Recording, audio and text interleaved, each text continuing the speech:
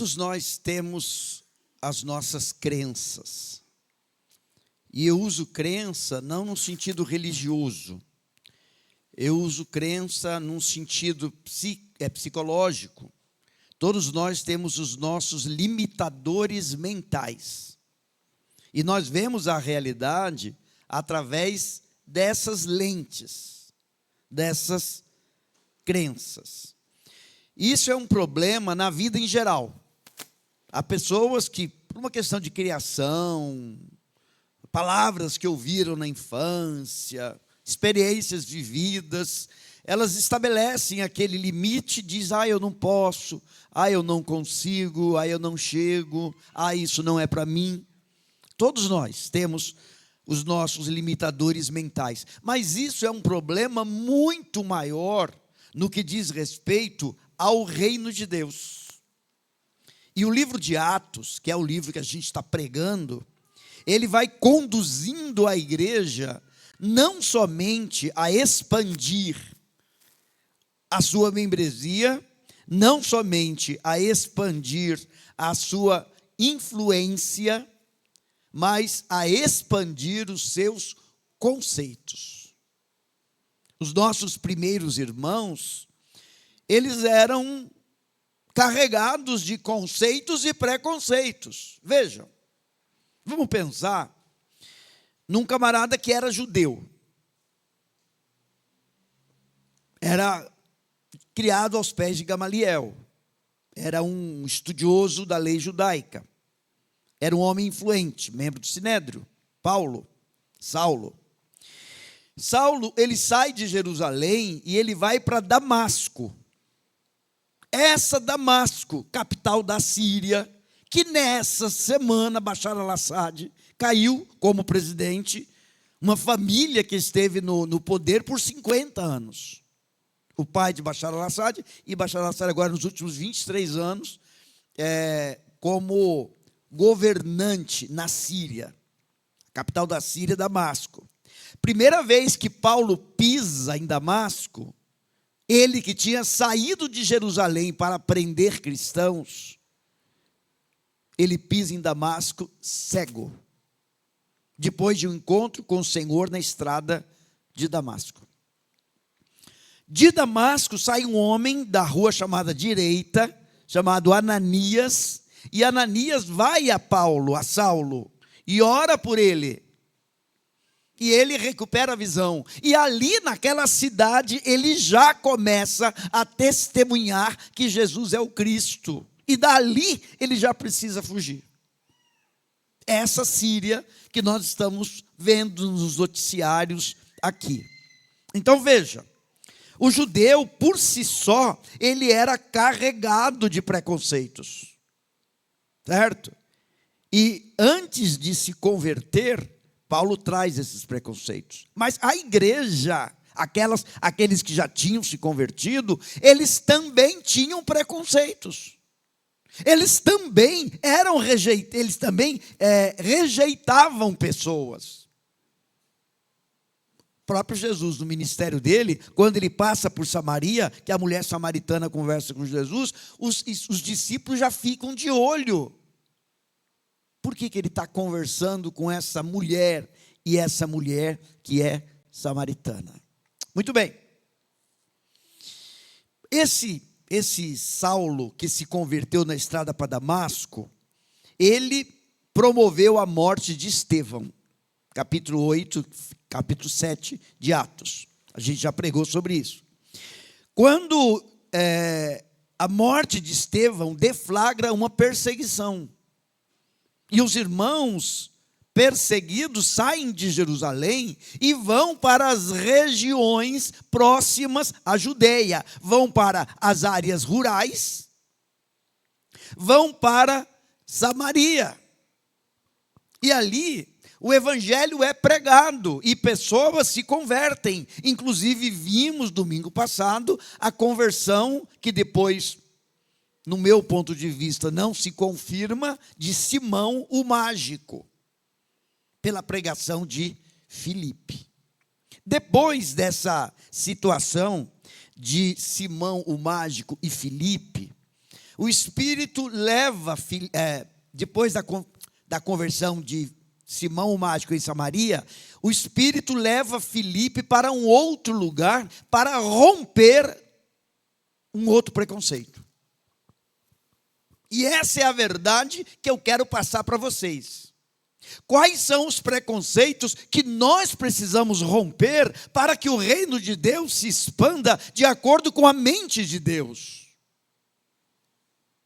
Porque nós temos crenças, e a nossa tendência é olhar o Evangelho e é olhar a igreja a partir da nossa estrutura mental. Então, essa mensagem, ela pretende forçar a sua mente, e forçar os seus conceitos, e forçar o seu entendimento para aquilo que Deus possa estar falando. E em cada um de nós, essa mensagem, ela terá uma aplicação específica, porque os preconceitos que eu tenho, você talvez não tenha, mas os preconceitos que você tem, provavelmente eu não tenho. Então, a mensagem, ela pretende trabalhar em cada um de nós essa questão. Vamos ler? Atos 8, a partir do 26. Atos 8, a partir do 26, é sobre Filipe e o eunuco. Ok? Atos 8, 26, diz assim: um anjo do Senhor falou a Filipe dizendo: dispõe-te e vai para o lado do sul, no caminho que desce de Jerusalém a Gaza. Gaza. Essa Gaza que vocês ouviram tanto nas últimas crises de Israel,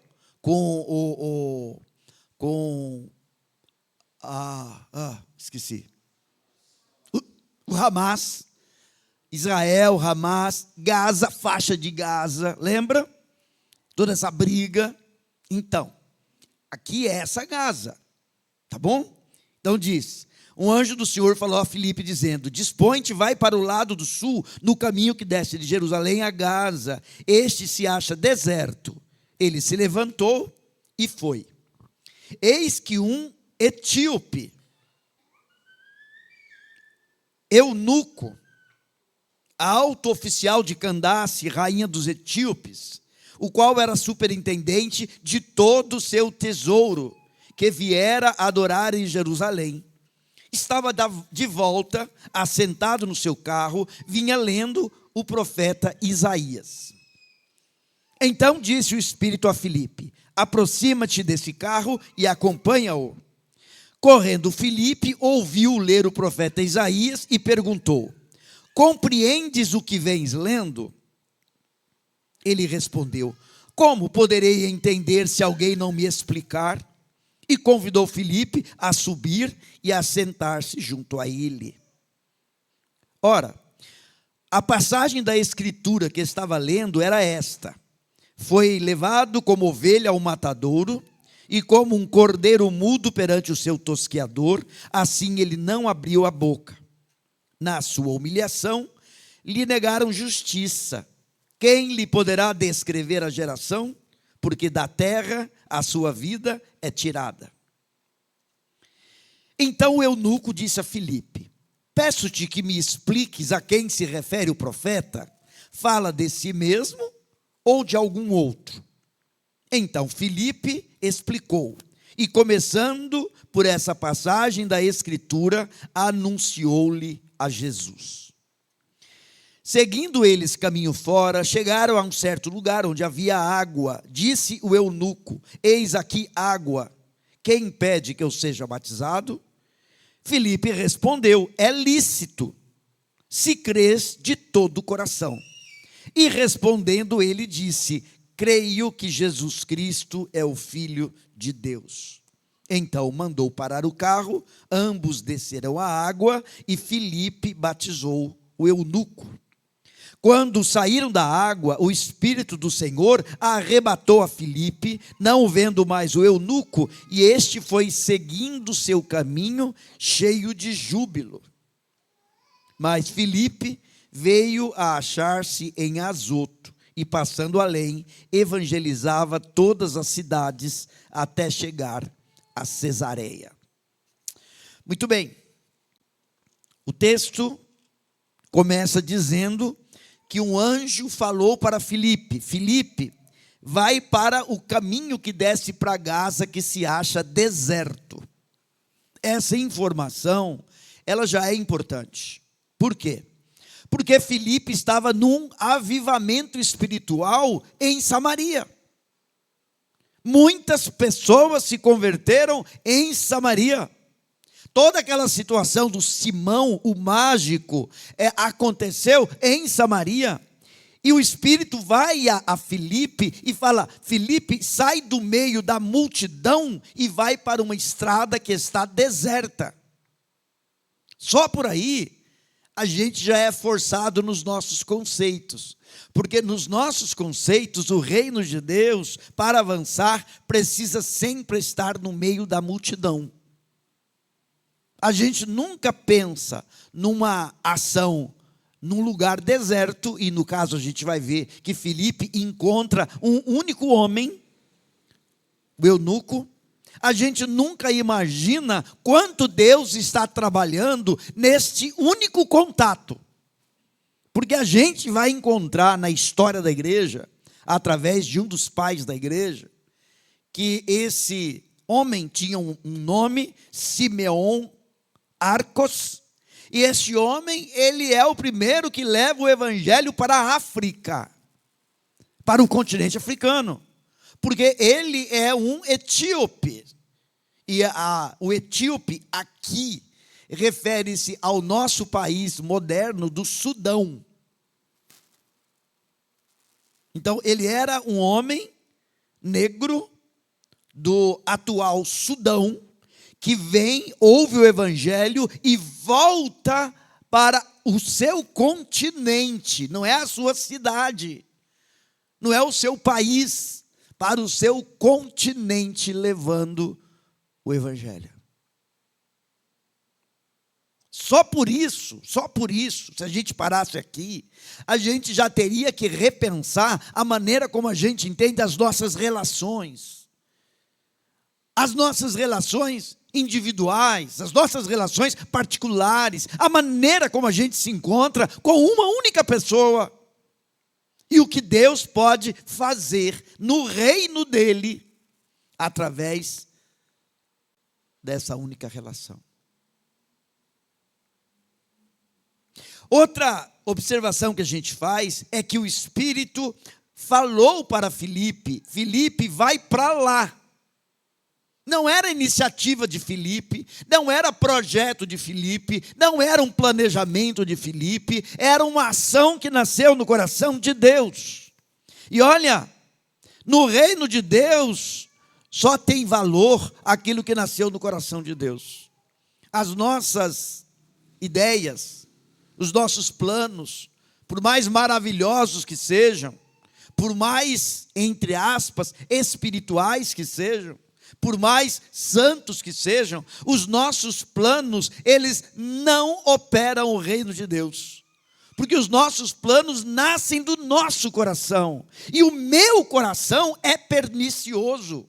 O meu coração é egocêntrico. Por isso que a Bíblia fala: é maldito o homem que confia no homem. Nós precisamos desconfiar do nosso próprio coração. Ok? Então, o Espírito fala para Filipe: desce, vai para lá. E quando ele chega lá, ele encontra um eunuco. A palavra eunuco, ela pode significar um oficial da corte ou um homem castrado. Certo? A palavra vem de uma derivação que significa aquele que é cabeça. E designava altos funcionários da corte e pessoas de confiança do rei. Então, essa é a ideia primária de eunuco. Mas os reis, eles tinham muitas esposas, eles tinham um harém, certo? Então, a história fala que Salomão, por exemplo, tinha 300 esposas e 700 concubinas. E o oficial que era responsável por cuidar do harém era geralmente um homem castrado. E aí Jesus vai falar, em Mateus 19, de pessoas que já nasceram eunucos, nasceram castrados, homens que já nasceram sem potência sexual. Jesus fala em Mateus 19 que homens que foram feitos eunucos por outras pessoas, que foram castrados por outras pessoas. E Jesus fala daquele que se castrou a si mesmo para o reino de Deus. E aí, esse se castrou não é no sentido literal, mas é num sentido figurado da pessoa que abdicou dos prazeres sexuais em favor do reino de Deus. Agora, veja, como os superintendentes dos haréns eram homens de confiança, e eles eram chamados de eunucos, passou-se a usar a palavra eunuco com a ideia de pessoas castradas. Então, eunuco, funcionário da corte, é o sentido primário. Eunuco, homem castrado, é a segunda ideia, ou um sentido secundário. Partindo do pressuposto que esse homem daqui, do texto, ele fosse um homem castrado, ele não poderia participar do povo de Israel. Ele não poderia participar da Assembleia do Senhor, que eram as convocações para festas, para decisões, ou mesmo para sacrifícios. E por que a gente fala isso? Porque em Deuteronômio 23, 1, fala assim: aquele a quem forem trilhados os testículos, ou cortado o membro viril, não entrará na Assembleia do Senhor. Então, havia já, de Deuteronômio, uma recomendação que os eunucos não poderiam participar do povo de Israel. Então, qualquer tipo de preconceito que eles tivessem com esse eunuco, partindo do pressuposto que ele era um homem castrado, não era um preconceito bobo. Mas, em Isaías 56, e eu convido você a abrir esse texto, porque ele fala da graça de Deus. Isaías 56, 3 a 5, fala assim, Isaías 53, 3 a 5, fala assim: não fale o estrangeiro que se houver chegado ao Senhor, dizendo: o Senhor com efeito me separará do seu povo, nem tampouco diga o eunuco: eis que eu sou uma árvore seca, porque assim diz o Senhor: aos eunucos que guardam os meus sábados, escolhem aquilo que me agrada e abraçam a minha aliança, darei na minha casa e dentro dos meus muros um memorial e um nome melhor do que de filhos e filhas, um nome eterno darei a cada um deles, que nunca se apagará. Então, havia uma profecia da inclusão, inclusive dos eunucos no propósito de Deus. Ok? Muito bem. Uma pergunta: quem são os eunucos do nosso ambiente social? Quem são as pessoas que nós naturalmente achamos que não fazem parte do nosso campo de testemunho, mas que a palavra de Deus nos chama a abrir a nossa visão? Primeira coisa, eu penso no eunuco como um deficiente. Se ele era um homem castrado, ou com os testículos trilhados, ou com o membro viril amputado, ele era um homem deficiente. E os deficientes são um grupo muito presente na nossa sociedade, que a gente tende a pensar que o evangelho não chega a eles. Então a gente viu aqui a Cristina falando dos autistas, certo? Dentro do CIEM, tem não só autistas, tem portadores de Down, certo? E aí a gente vai vendo outros tipos de deficiências. Eu fui a uma casa essa semana para levantar o nome das crianças que receberiam as roupas e o sapato, e o pai de uma delas, não era pai de uma delas, pai de uma moça que me atendeu, totalmente travado numa cadeira, totalmente travado. E ele disse, eu não posso mais sair de casa, eu não tenho como sair de casa. E como a gente pensa na relação do reino de Deus, a partir da ideia de igreja, da pessoa que sai da sua casa e vem para a igreja, a gente tende a pensar que não é para ele. Não é para ele. Então, os eunucos, os deficientes, eles fazem parte das relações para as quais a gente tem que testemunhar o evangelho. Além dos deficientes, eu vejo os marginalizados, porque o eunuco era um marginalizado. Não esse eunuco, mas os eunucos em Israel, eles não podiam participar das assembleias, eram marginalizados. Eu penso nos homossexuais, e como a gente tende a pensar que o evangelho não precisa chegar a eles deveria chegar o juízo. E aí você vai expandindo a sua mente, expandindo a sua consciência e perguntando, quem são os eunucos que estão próximos de mim e que eu preciso fazer chegar o evangelho? Ok? Ele não era só eunuco, diz o texto que ele era etíope, ele era um estrangeiro, ele era um gentio, ele era alguém não incluído na descendência de Abraão. Ele vinha do continente africano, ele vinha do Sudão. Irineu, o bispo de Lyon, que nasceu em 130 depois de Cristo e morreu em 202, ele escreve um livro chamado Contra as Heresias. E nesse livro, ele identifica este homem como sendo Simeão Bacos, o eunuco, enviado para as regiões da Etiópia para anunciar Jesus Cristo. E alguns comentaristas acham que em Atos 13, quando o Espírito manda separar na igreja em Antioquia a Barnabé e Saulo, existem homens, e lá existe um homem chamado Simão o Negro, Simão Níger, certo?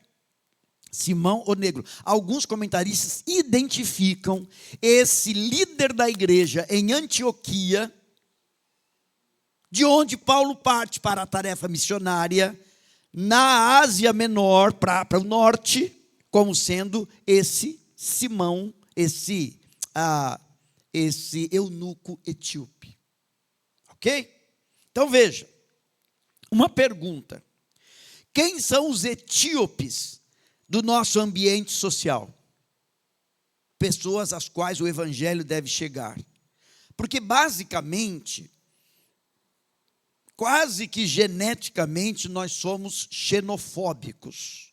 O que é xenofobia? É o medo do estrangeiro. O racismo, que é uma manifestação da xenofobia, o racismo está em todos nós. Está em todos nós. A gente, às vezes, meu pai era negro. Então, eu não tenho problema nenhum com a questão do negro, eu particularmente. Mas será que não há outros estrangeiros que de alguma forma me causa um temor? Certo? Então, por exemplo, um cara que já foi cliente meu quando eu trabalhava com colchão, ele é libanês e muçulmano. Será que quando nós nos encontramos com alguém assim, nós não temos algum tipo de estranheza. Quem são estes etíopes que estão nas nossas relações sociais? Mora muito perto de mim uma família de chineses. E talvez vocês conheçam outros estrangeiros que moram e estão próximos de vocês. Essa semana eu conheci uma venezuelana amiga da Elisete. Venezuelana, conheci aqui na rua da igreja, quase em frente à igreja. Certo? Alguns de vocês já tomaram café naquele café que hoje já mudou de dono, que era de um indiano. Tudo aqui, no nosso pedaço. Então, quem são os etíopes? Quem são os estrangeiros que estão fora da sua terra, que estão fora das suas relações, que estão num ambiente estranho, e estão precisando da manifestação da graça de Deus na sua vida?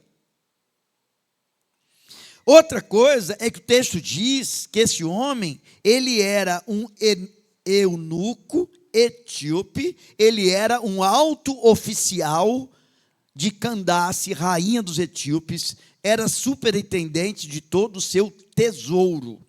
Então ele era um homem de confiança de Candace. Candace não era o nome da mulher. Candace era um título dado às rainhas daquele reino, como, por exemplo, Faraó no Egito, César em Roma, não eram nomes, eram títulos dados aos governantes naquelas respectivas sociedades. Então, ele era um homem de confiança, ele era um homem socialmente proeminente, provavelmente um homem rico, e ele era representante oficial de uma mulher. A Candace era a rainha e ele era o representante dela. Pergunto: quem são os oficiais do nosso ambiente social, pessoas aos quais o evangelho deve chegar? Seriam os ricos? A Lu falou, né? Falou aí das casas e do pessoal, tal. Seriam os ricos, seriam os políticos, os socialmente bem colocados, pessoas que nós tendemos a pensar que ou não precisam ou não querem, porque eles se bastam. Quem são os oficiais que fazem parte das nossas relações e através de nós o evangelho precisa chegar a eles? Aí talvez você diga assim: mas não vão dar atenção. Havia um comandante sírio. Volta a Síria, a nossa história, né? O comandante sírio chamado Amã, tuberculoso, que recebeu pela boca de uma menina judia, escrava, uma dica, uma direção. Se o meu Senhor conhecesse o homem de Deus que está em Samaria, ele poderia ser curado da sua lepra. Uma menina, escrava. Fala este recado ao Senhor, um comandante do exército sírio. Essa Síria que a gente está comentando tanto. E aquele homem é curado. Muito bem, mas o texto ainda diz que esse homem, ele era um eunuco etíope, superintendente da rainha Candace, que tinha ido a Jerusalém para adorar. Então ele era um homem interessado, talvez um prosélito do judaísmo, talvez não. Posição pouco provável, porque ele era um eunuco e o prosélito era um estrangeiro que adotou o judaísmo, que foi circuncidado dentro da mesma aliança de Abraão, né? Talvez não, mas certamente era um religioso fervoroso. E ele tinha 3 revelações. Ele tinha a revelação de Deus que vem pela natureza, porque a Bíblia fala que os céus proclamam a glória de Deus. Ele tinha a revelação de Deus que veio pela consciência, porque nós temos uma consciência de certo e errado. E ele tinha a revelação de Deus que veio pelas Escrituras. Ele estava lendo o livro do profeta Isaías. Ok? Então, ele era um religioso fervoroso. Ele tinha acesso a 3 revelações, mas ele ainda não era integrante do reino de Deus. E a pergunta que fica é o seguinte: quem são os religiosos do nosso ambiente social, pessoas às quais o evangelho deve chegar? Talvez se você vê um colega seu de serviço lendo a Bíblia, você vai dizer: esse já é crente. Talvez se você vê ele estudando a Bíblia, você vai dizer: esse já tem Jesus. O eunuco lia. E o eunuco estudava. Mas o eunuco ainda estava fora do reino de Deus. Quem são os religiosos do nosso ambiente? São os cristãos nominais? Cristãos nominais, no sentido amplo do termo? Mas aí eu restringo um pouquinho mais, os evangélicos nominais. Pessoas que mesmo sendo evangélicas, mesmo lendo Bíblia, estudando Bíblia, mas não nasceram de novo. Essa semana eu conversei com uma pessoa. Um homem, jovem. Ele falou da caminhada dele com igrejas. E eu fiz uma pergunta para ele: você já nasceu de novo? Aí ele fez aquela cara de ué. Aí eu fui explicar o texto de João 3 sobre o novo nascimento. Aí ele disse: eu acho que não. Percebe?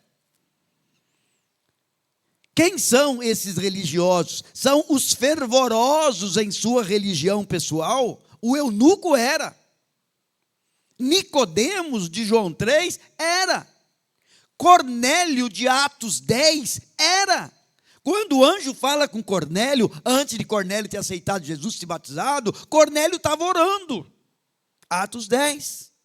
Então, quem são os fervorosos próximos de você, que têm a sua religião pessoal, mas que ainda não chegaram ao novo nascimento? Ou pior, não seria você um religioso fervoroso, mas que não nasceu de novo?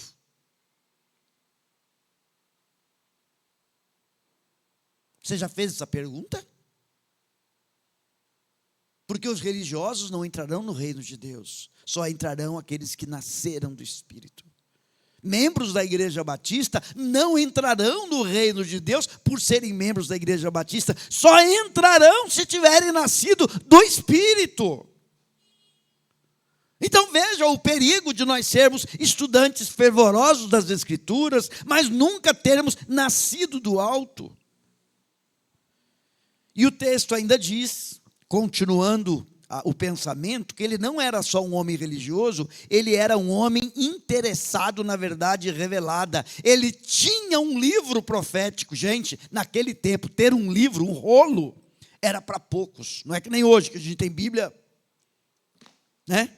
Dentro de casa, 10, 12, 15, 20 Bíblias. Não, ele não só tinha um livro, mas ele lia o livro profético de Isaías. E aí, o texto que ele lê é Isaías 53, 7 e 8. E ele procurava entender. Quando Filipe pergunta: você entende? Ele diz: como eu vou entender se alguém não me explicar? E aí Filipe explicou as Escrituras, e isso foi suficiente para abrir os olhos espirituais. Isso me lembra um outro fato vivido ao longo de uma estrada, onde a palavra foi explicada e olhos espirituais foram abertos. Em Lucas 24, quando Jesus está conversando com os discípulos no caminho de Emaús, e eles estão cabisbaixos, tristes. Jesus havia sido crucificado, sepultado, e Jesus começa a conversar com eles, e eles perguntam: mas seria você o único de Jerusalém que não sabe o que aconteceu? E aí Jesus pega os textos do Velho Testamento e vai expondo aquilo na caminhada, caminhando e falando, falando e caminhando sobre as verdades. E aí depois, quando Jesus parte o pão, os olhos deles são abertos. Por que eu estou insistindo com isso? Porque há um verbo aqui que é o verbo entender. Algumas pessoas acham que as verdades espirituais, elas não são passíveis de entendimento. Elas são passíveis somente de crença. Veja, o entendimento é um passo necessário para a crença. O problema é parar no entendimento. A crença é um passo além. E agora eu uso crença, não naquele sentido do começo da mensagem, eu uso crença no sentido de confiança, de aceitação, de fé. Então, você precisa entender para você crer. E aquele homem, ele chega a entender e por isso ele chega a crer. Então veja, há pessoas próximas de você a quem você precisará orar por ela, ler as Escrituras com ela, pesquisar para ela ou com ela as verdades que ela não entende e levá-la a pessoas que possam esclarecer. Isso faz parte do trabalho evangelístico. Quando você ora pela pessoa, quando você lê com a pessoa, pesquisa com a pessoa, leva a pessoa a alguém que possa explicar para ela. São os leitores do nosso tempo. Tem muito leitor da Bíblia, muito estudante da Bíblia. Os cursos de teologia, tem muita gente que não nasceu de novo, que tem uma avidez intelectual para entender a Bíblia, mas ainda não tem o Espírito de Deus. Gente, o eunuco fecha esse processo pedindo batismo, e ele segue o seu caminho cheio de alegria. O texto diz, uma marca da presença do Espírito Santo, e Filipe é tirado daquela cena e acha-se em Azoto e vai pregando pelas cidades costeiras até Cesareia. E em Atos 21:8, nós encontramos Filipe morando em Cesareia. Paulo hospedado na casa de Filipe em Cesareia. Então, se Filipe, desta viagem, ele estacionou em Cesareia, ou se Filipe rodou e depois voltou para Cesareia, a gente não entende, não sabe. A única coisa que a gente sabe é que em Atos 21:8, ele vai aparecer em Cesareia. Voltemos à ordem dada pelo Espírito no início. A ordem é, vai para o deserto. Sai da pregação coletiva e vai para a pregação individual. Sai do meio do sucesso e vai para aquilo que é aparentemente inexpressivo. Aqui está o chamado de Deus. Deus te chama a ser este anunciador individual do Evangelho. Talvez você pense, tivesse eu a capacidade de pregar para muita gente. Lembra, Filipe falou para um, e esse um levou este evangelho para toda a região da África.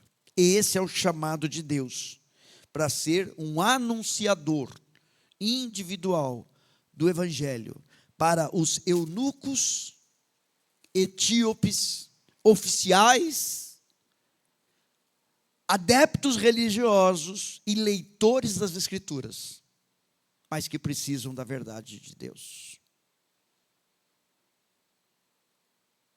Amém? Deus nos abençoe.